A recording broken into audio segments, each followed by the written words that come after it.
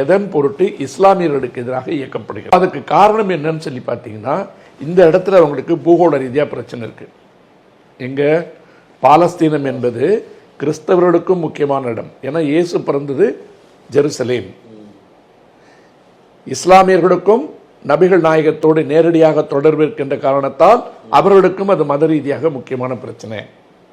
அவங்க பாலஸ்தீனுடைய தலைநகரம் ஜெருசலேம்னு சொன்னாலும் கூட இப்போ அலுவல் ரீதியாக ரமோல்லா அப்படின்ற ஒரு இடத்த மட்டும்தான் அட்மினிஸ்ட்ரேட்டிவ் கேபிட்டலாக வச்சுட்டு இருக்காங்க. அவர்கள் அங்கேருந்து தான் எல்லா செயல்பாடுகளும் நடந்துட்டுருக்கு.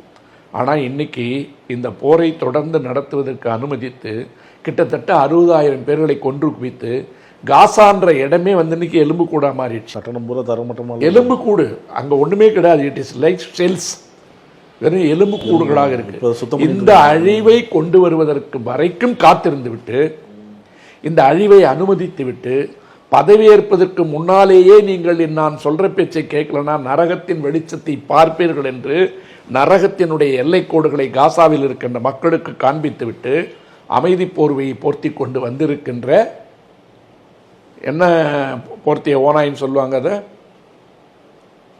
அப்படி வந்திருக்குது அமெரிக்காவுடைய கொடூரமான கோரமுகம்.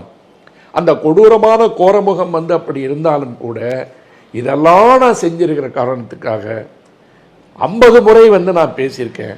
பல போர்களை நிறுத்தி, எந்த போர்னு ஒன்று சொல்லுங்க, ஏதாவது ஒரு போர் சொல்லுங்க இவர் தலையிட்டு தான் நின்றுச்சுன்னு சொல்லிட்டு.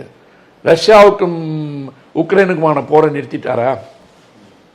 செலன்ஸ்கியை கொண்டு வெள்ளை மாளிகையில் வச்சு எப்படி அவமானப்படுத்தி அனுப்பிச்சார்.